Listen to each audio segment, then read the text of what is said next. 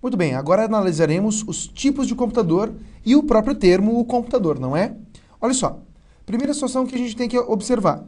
O computador, na verdade, todo edital de concurso público nos traz a seguinte situação.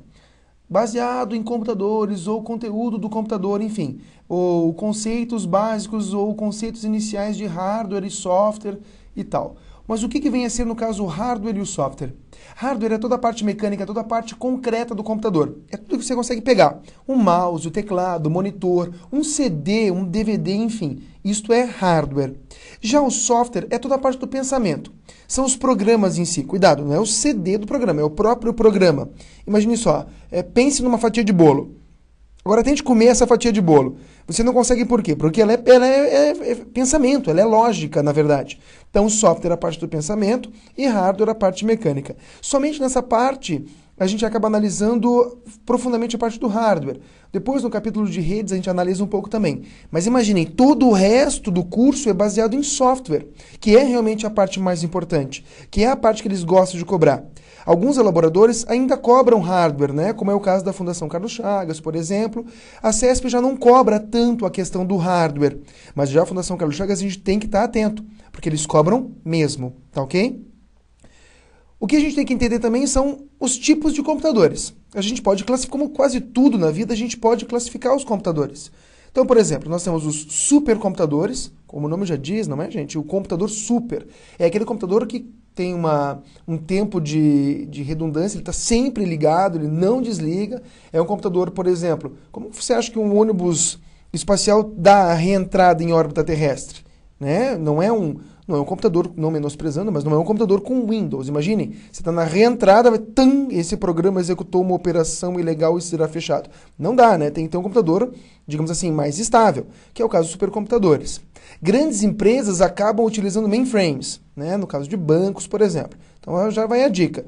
Se a prova é de um banco, não sei, Banco do Brasil, Caixa Econômica, não sei. Se é de um banco, fique atento. O termo mainframe, ele é bem cotado. Mainframe, na verdade, é um computador de médio e grande porte que o usuário acessa direto à base de dados para buscar informações, tá? E, claro, do nosso dia a dia, os microcomputadores PC.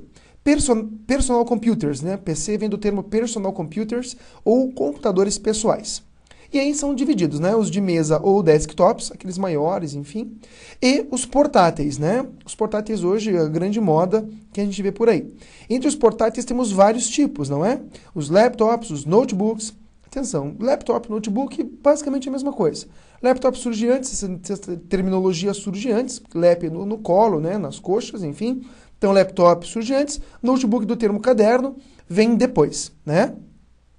Os de mão, que no caso hoje em dia celulares são microcomputadores quase, né? Então você faz tudo com o celular dos dias de hoje. Só aqueles de mão, né?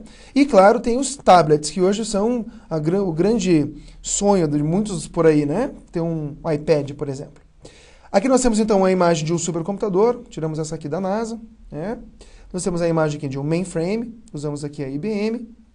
Temos aqui a imagem no caso de um desktop, usamos também a IBM, né? Um desktop é aquele que tem a torre, o monitor, enfim, teclado e mouse.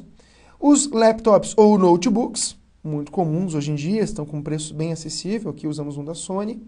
E os micros de mão, né? Então tem Pocket PCs, tem o iPhone, enfim, são esses smartphones também, eles entram na questão dos computadores ou dos dispositivos de mão.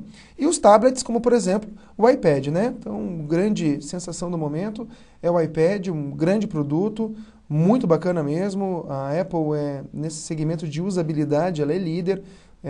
Quem tem a oportunidade de trabalhar com esse tipo de equipamento observa e confirma esse tipo de situação.